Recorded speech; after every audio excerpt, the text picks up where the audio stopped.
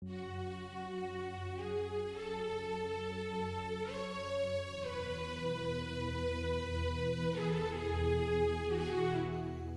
lambada kuzido laibang makada taki. Kuzido hek taki baga Mr. Yahenda. Red alert lai. Mr. Yahendo. Ngan baga sanaramani. Alert hiklak baga yaisnada call do silai adubu call do satre. Call do satabadagi ngan bada. Ngan ba.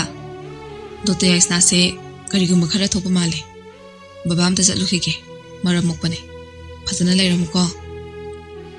Yaihen masabu themamaga kari thototuna lai somda yaisna hodok heklambaga khokam sahodabadagi makhada haithare tanzasida nupa ama khakna ngapire yaisna ga na hawai college pulakhiba yaisna gi senior ni tomthin oirambaduna yaisna ngakpada loikhre yam harauna brother topthe semester loikraba karam kanda thola ino tomthinna thola tangai haiduni tomthin makhwang do melaga as nang yamna noi khatpa male si hairaga phagi toksila yaisnana is noida banimi tomthinna makhana dariba khujido khungkatuna pire yaisna khuji takiba khanghaude tomthinna aigi anakpa saida senik satyo mahange chalusla si hairag ani da sang somdana yaihen yaisna ge apartlom da laktuna thong thila hangtok laktabaduda password ta amuk nami password su singtoklam le Mr. Yaihen wakhal nungaitana lepa nga hakle somdana tomthingi senik ase yamna mawang tana semkatuna lairame tomthingi room da sangakpada atopa hodong ama anisu yoktuna lairame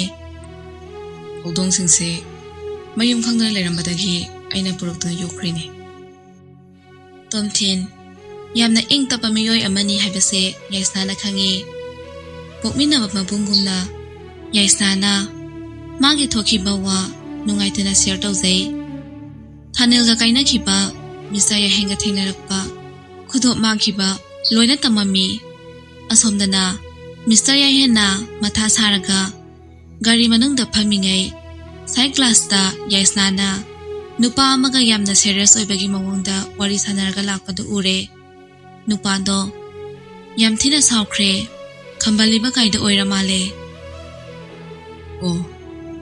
atopa nupaga wariga sanaine si hairaga gari dudagi fatkum tharaktuna anindugi manakta sangsilai aduga khujidi kadaino yaisnana pocketagi khujido lothotuna ulai yaihena khujido fatlauraga nupidugi kudangda phasijilai aduga posigi ahamba yujese khare serious oibadaba review kumba sapsan thagadoribane si hairaga khujido phajana sizinbira khujido siba loirba matung Mr. Yahen tomthinda amu yeng tomthinsu munna aduma yengduna lai yaisnada amu onsilaklaga upasa kanano yaisnana mase aiga aidi nangona kaidobe haidiba tomthinna makoto tingthoktuna Mr. Yahen oidira ai tomthin yaisna ki senior ne Mr. Yahen tomthinda makoi haife so aga hello si hairaga hengse tawi matunda yaisna da amu konsilaga luhongdo bosu koidre sumaina atopa miga punba supate family gi izat haiba masulai yaisnana is ai nangonda luhongoi ko si hairaga Mr. Yahen kolambatai khatli thakhi Mr. Yahen nupiduna haibada tade haibiri sine aina hariba wakaido ngakna salo Si hain hairamaga chakre nupasagi matawsida yaisnana magi asigi makok sakpa migi waga amabuk tadabi mana loina ngambay type tawribase umra haiduna tomthinda waka chahowi asomda Mr. Yahen magi office da phamaga mana ngasai tawkhiba mayamdo ningsingami mana tawrise chumibra lalibra kaina khanjari potni tanza asida secretary nupido sanga ami noi ne internet ta thagatpa yaisnai article matangda pautamnak ami comment singda negative feedback yamna laibana maram oiraga yaisna da hena pressure pirani wata tabada Mr. Yahen yamna nungai jaramde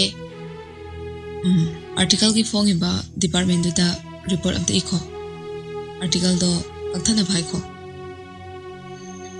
haidina secretary da sinakre asunna mathangi numita raisna office lakpada gate ta thelami bamayam do lokthokuna lerami adu mada yaisna do haradi nungai sei tansas da laija laktuna ne ta thagatpa nangi article do loina kakthakre tanzasida staff ama ni singduna yaisna gi matangda murum sonba honare nupisina Mr. Yahenbo mitanda namba oiramgani hojikti article se loina kakthakre khanghaude tanja asida Mr. Yahensu hatholatuna yaisnagi education background mana lawrakhiba advising dugi matangda khanghaude tanja asida Mr. Yahensu hatholatuna yaisnagi education background mana lawrakhiba advising dugi matangda oina zara tidar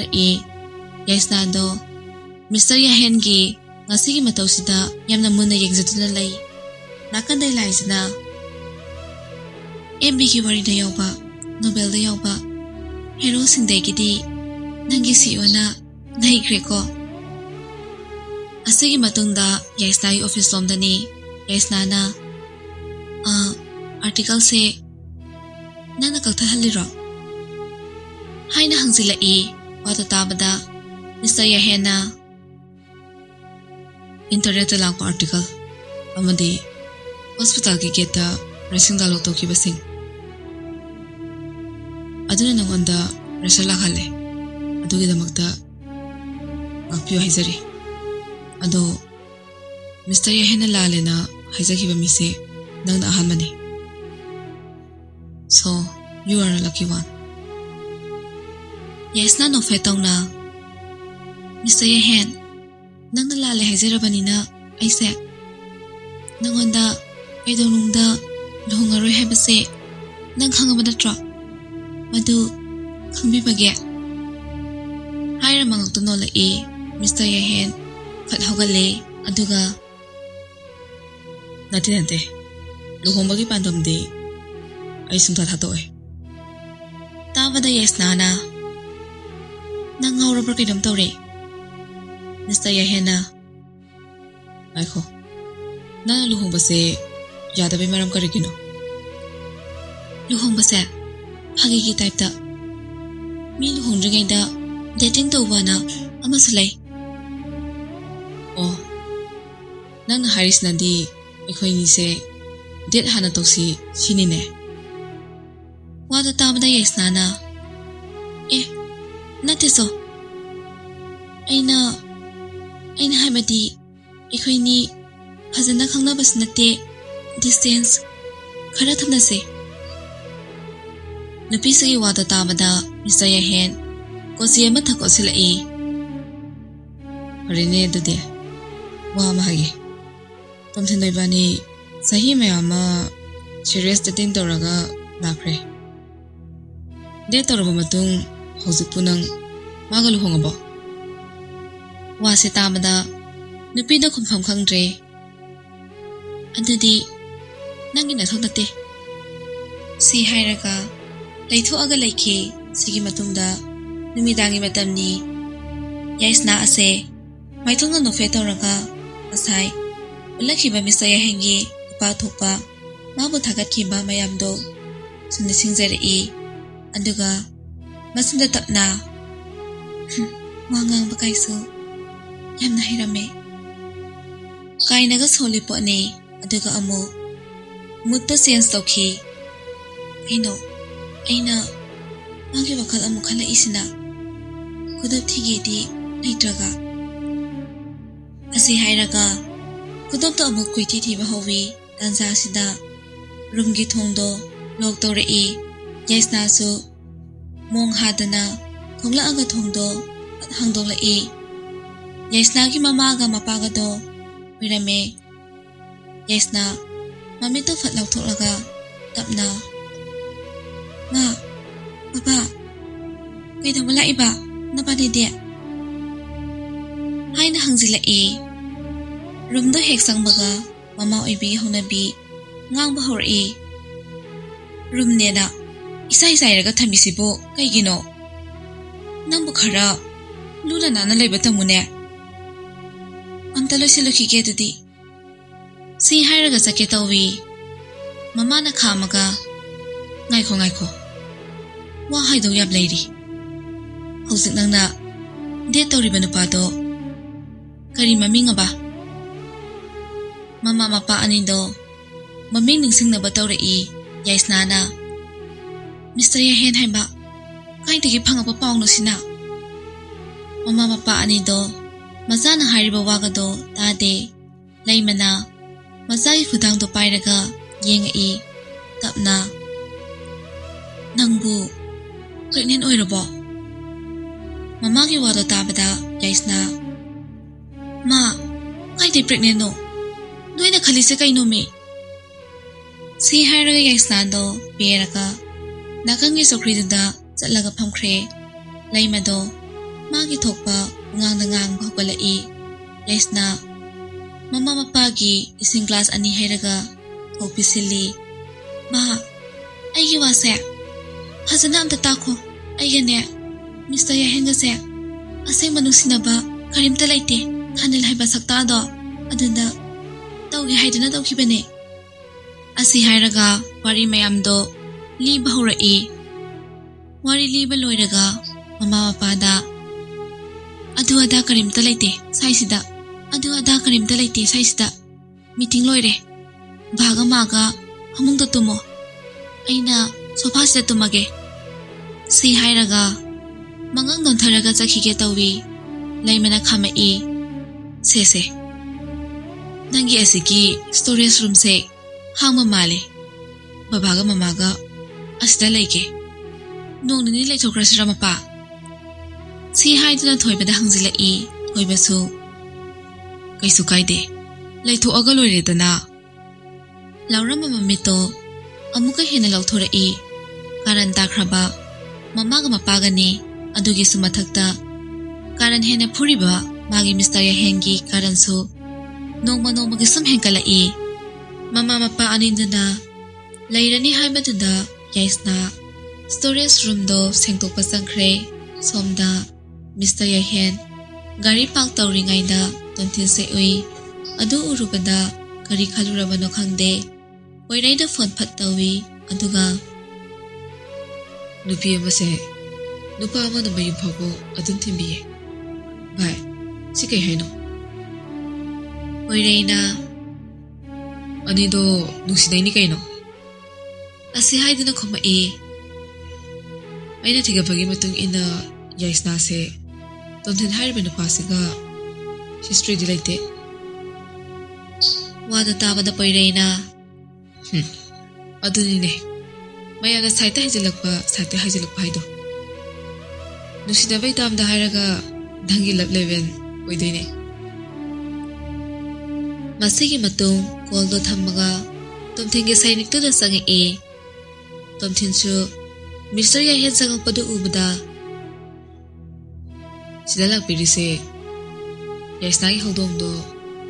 Ningsimba lakpiri ra. Dr. Yaisna gi haldong laibra ne. Ay loktok sarukige. Ngayang ay biramo. Si hairaga sangkre. Aduga. Ngarang kadbirakiba. Haldong masado. Udna thongla I. Mr. Yahen. Haldong da hekpage tawbaga. Yaisna do. Brother Tomthen. Mr. Yaihen leirambadunda Yaisna ngakna. Nangsu leiramira. Si hairaga Tomthenna pamiba hodongdugi manakta changsingki. Nupisigi mataududa Mr. Yaihen hudema I. Yaisna na nasangamdabra. Kharasu pothaune. Si haina hangi. Tomthenna onchillaga. Brother Tomthen, nang halakpagi welcome treat ama horen numidang aina tawba tare. Soy anakpana number 1 taba. Hoso restaurant ama lay. Nang mahal tang handoyne. Asi haina hairai Tomthenna. Hoine. Mr. Yaihen su yaudina draw. Mr. Yaihen na hoi haige tawbaga Yaisna na fathatki. Madi yaurida. Madi mayam tinba. Arang mapamdi kaisu hainadabane. Natrane Mr. Yaihen. Haiduna Mr. Yaihen da mu onsila Mr. Yaihen na. Hoi. Yaisna na ibusu hena khabibane. Public hotel ki thauthum ka hena yawasing saus natida. Aduna ai ka hena pamdida. Yaisna do Mr. Yaihen na hairibasingdo mamai sugatlaga tai. Aduga faton thinda amu onsilaklaga. Aina haidra madi sadabaneba. Adudi hudongse themurase. Hairaga anido sangkre Mr. Yaihen khuiraga lehawi matungda Mr. Yaihen kar manungda sangaktuna Yaihen na ngasai haikiba number 1 tai haiba anakpada laiba Hospo restaurant du phone da thiba hokre aduga numidangi matamda hairiba restaurant da Yaisna ga Tomthenga se yam harauna sana basingdo semsaduna saba horami amaromdana Mr. Yaihen se hotel sigi atopa table amada hamaga ani sigi matau se lone yangami nupa se thamoi da prok ka sa ipo ani sir sana ba keke order do bigane waiter nupi do na sana ba mayam do amamamta sasat haidare Mr. Yaihen di gyan menta da bakhai hairiba mayam do loina order to ki waiter nupi do da wakhal thamundre nupa nupi ani do da mahak prok sa khai aduma yengaga lei Tomthenna Yaisna da Internet ki article do kakraba male nangido. Aduido Mr. Yaihen na lautuhan ki bane. Wasi tamada Tomthenna. Nangnadi hainade hairiba Mr. Yaihen se kaisi yamna phataba midi mandida. Yaisna so nofet tawraga. Kaisi yamna jagalai su badi nateda. Yamna phabane.